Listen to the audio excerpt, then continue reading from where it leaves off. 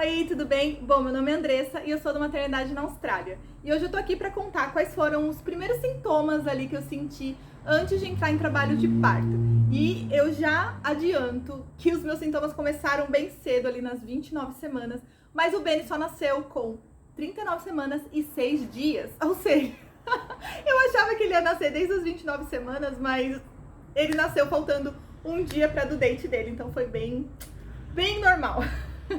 Bom, pra quem não sabe, nesse caso, due date seria a data ali prevista para o parto, né? A data final ali prevista para o parto. Mas ela é final e não é, porque seriam nas 40 semanas. Assim que você completa 40 semanas de gestação, você teria ali a sua due date.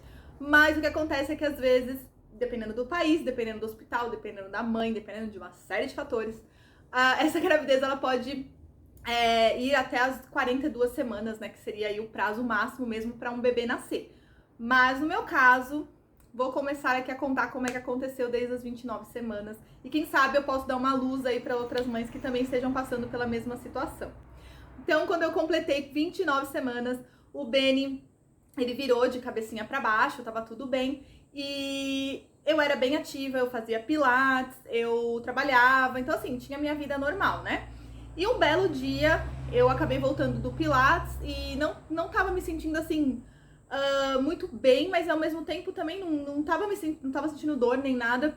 Quando eu fui ao banheiro, eu vi que eu tinha perdido o meu tampão, né? Então saiu aquela gosma, aquela coisa estranha e eu fiquei desesperada.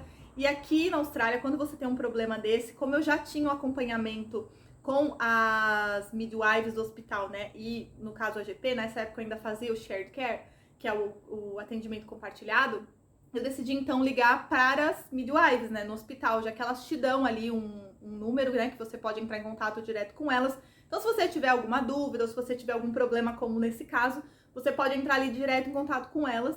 E a minha GP eu teria que ligar, tentar marcar uma consulta e eu precisava daquela resposta pra já. Então tá aí uma dica, se acontecer alguma coisa com você, liga lá pra parte da maternidade do hospital que eles vão poder te ajudar, tá?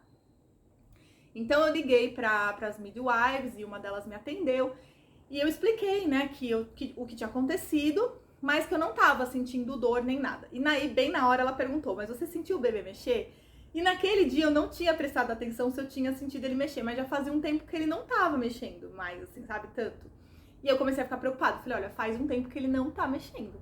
E aí ela me aconselhou, então ela falou, vamos fazer um procedimento, caso você não sinta ele mexer, daí você vem pro hospital. Então ela falou pra eu pegar uma bolsa de água quente, colocar, né, água quente, aí pra minha cama, deitar de lado e colocar a bolsa nas minhas costas, porque aí com aquele aquecimento podia fazer ali o bebê dar uma mexidinha. E foi o que aconteceu. Eu deitei de lado, fiquei ali acho que por 2 minutos e ele já mexeu na hora, então assim, já tava tudo certo, né? Mas não tive sangramento, não tive dor, não tive cólica, eu não tive absolutamente nada. Só mesmo que eu perdi o tampão. E aí eu fiquei super preocupada e pensei, por que isso aconteceu? Só que aqui tem um problema na Austrália.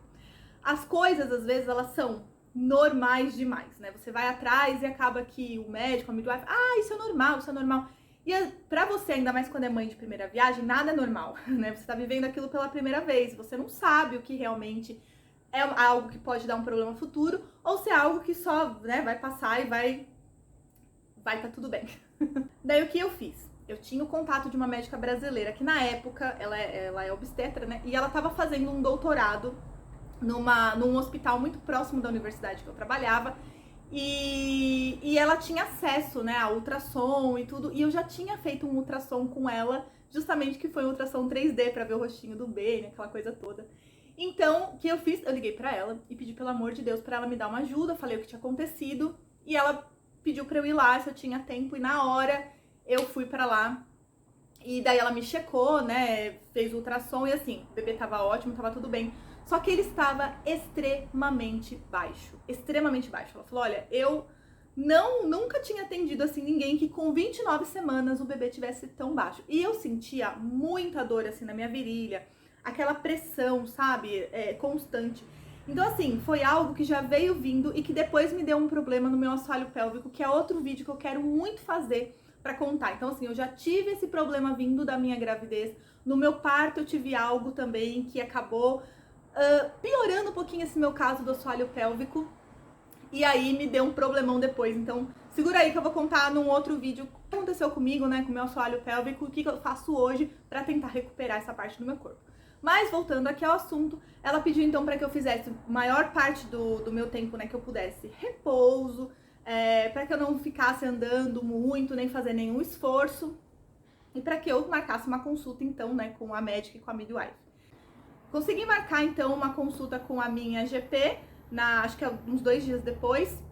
Ela me checou pra ela, assim, tava tudo ok, tava tudo normal, ela não falou em nenhum momento pra eu fazer nada disso, só falou como eu já tinha perdido o tampão, pra eu ficar mais quietinha e tentar pelo menos, assim, não fazer muito esforço físico, e daí me proibiram de fazer pilates, que era algo que eu amava fazer. A midwife que me atendeu também falou a mesma coisa naquela semana, eu não lembro, com 32 semanas, alguma coisa assim, eu tive uma consulta com a midwife e ela me disse a mesma coisa.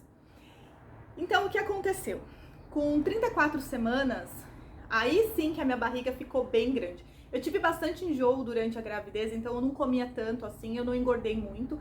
E aí minha barriga realmente começou a crescer quando eu tinha mais ou menos umas 34, 35 semanas. E aí eu senti um peso muito grande, eu sentia que ela parecia um peso constante, assim, sabe, na minha bexiga, ali todo realmente no meu assoalho pélvico. Mas a gente só percebe que algo tá acontecendo com o assoalho pélvico quando algo já aconteceu, porque até então é um músculo que você não se atenta muito, sabe? Então talvez eu não devia ter parado com pilates totalmente, talvez eu poderia ter procurado um especialista, né, nessa área mais do assoalho pélvico, né, ou do pelvic floor, que é o chamado em inglês, para me auxiliar em exercícios, né, que poderiam me ajudar tanto na gravidez como pós-gravidez. Mas, infelizmente, não fiz, mas tô aqui pra falar pra você que se você tiver algo parecido, procure, tá? Que vai te ajudar bastante. Com 34 semanas, eu decidi que então eu só ia fazer o acompanhamento com as midwives no hospital, que era bem próximo da minha casa. E a minha GP, ela ficava bem longe, então assim, eu tinha que atravessar a cidade. Pra mim não era legal, mas com aquele peso todo, né, que eu já tava sentindo. Eu já estava de licença maternidade, porque o meu contrato tinha acabado, então eu preferi já ficar em casa um pouco antes mesmo. Então eu já tava de licença maternidade. O que foi bom, porque eu podia ali descansar um pouco mais, mas o que não foi tão bom assim, porque eu não fiquei tão ativa, né? Então eu ficava bastante tempo assim, mais deitada ou sentada, e eu não tinha sono. Aquele sono de grávida que todo mundo fala, era o meu sonho e eu não tinha. Então assim, pra mim foi um pouquinho difícil essa fase, sabe? Mas tudo bem, deu tudo certo e até 36 semanas foi ok. Então com 36 semanas tudo mudou. Eu comecei a sentir assim, primeiro que eu tinha muitas contrações de treinamento, mas assim, eu tinha muitas dores nas costas e parecia que as minhas costas, elas estavam abrindo. Então assim, vinha aquela dor, sabe? Ficava uma dor constante por alguns minutos, uns bons 40 minutos, eu me lembro.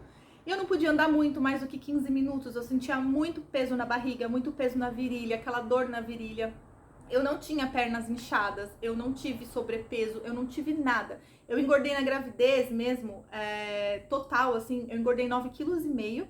Eu perdi todo o meu peso da gravidez logo depois que eu tive o Benny, ou seja, era basicamente o bebê mesmo, porque eu não engordei por inteiro.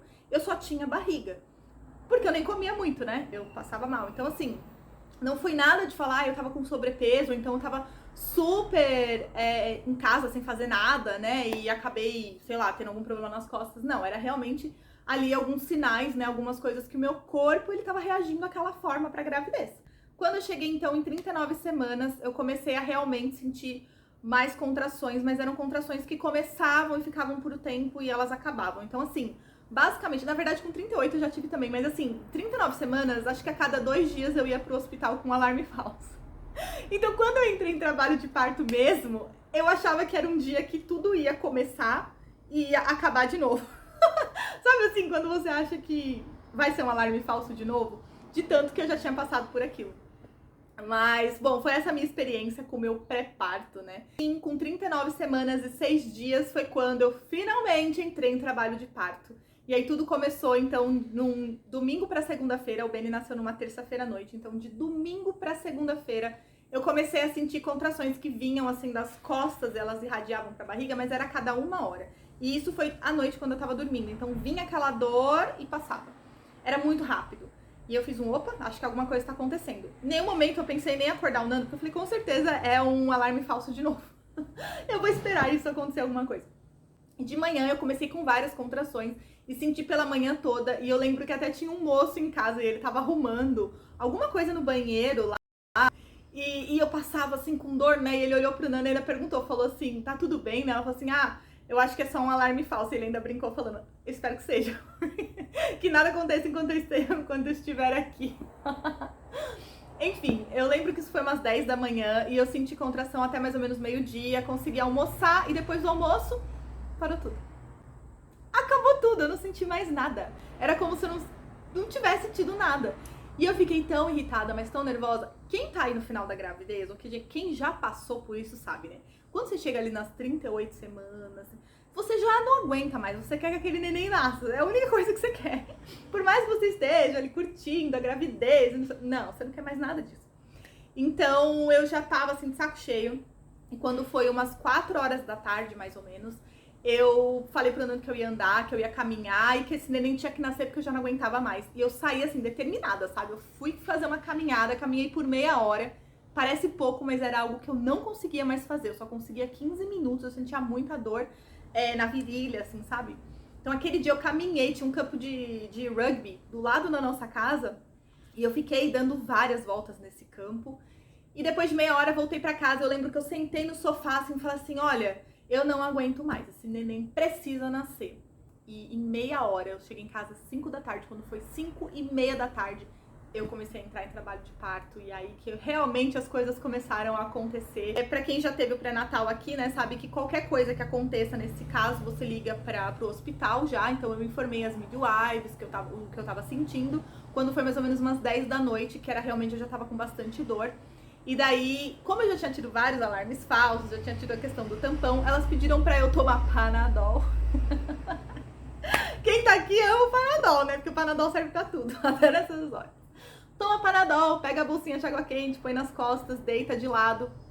E se nada passar, é porque realmente você tá em trabalho de parto, então tenta fazer isso. E assim, eu mal conseguia ficar deitada, mas fiz tudo, não passava mesmo. O Nando teve a brilhante ideia de eu ir tomar um banho.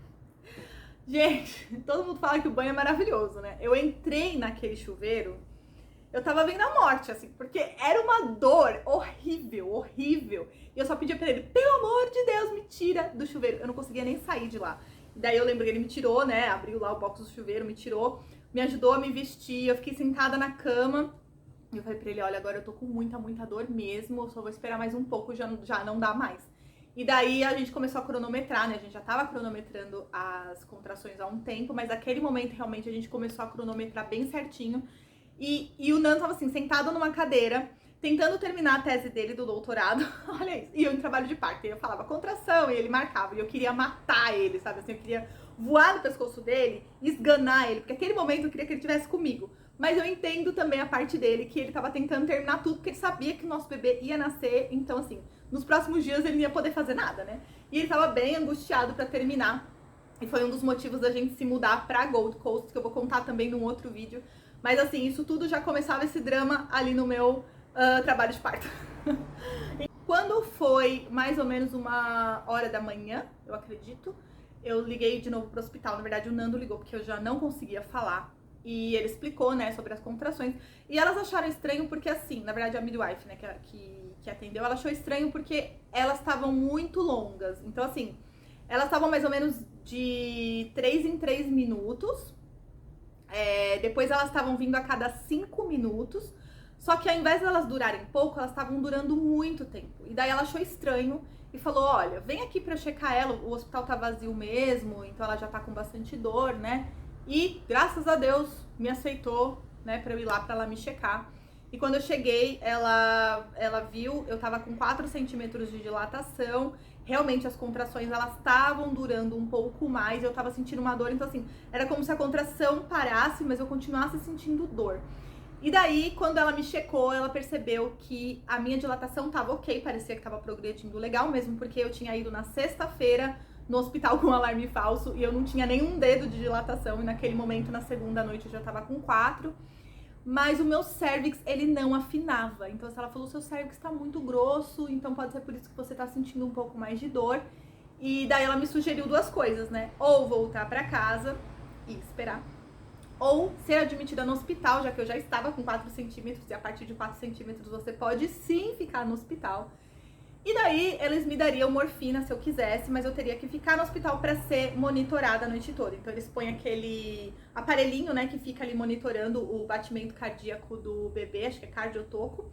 E ficamos lá, eu dormi no hospital e o Nando pôde dormir comigo também, porque graças a Deus o hospital estava vazio. Então ele pôde ficar assim numa cadeira até bem confortável, acho que mais confortável que a minha maca, bem do meu lado, então foi ótimo. E eu consegui assim desligar entre as contrações. Então, por exemplo, a morfina ela não me tirava a dor da contração, mas ela conseguia me fazer dormir. E por que isso foi importante? Eu sei que tem muita gente que é contra tomar algum tipo de medicação ou de tomar algum tipo de anestesia e tudo mais.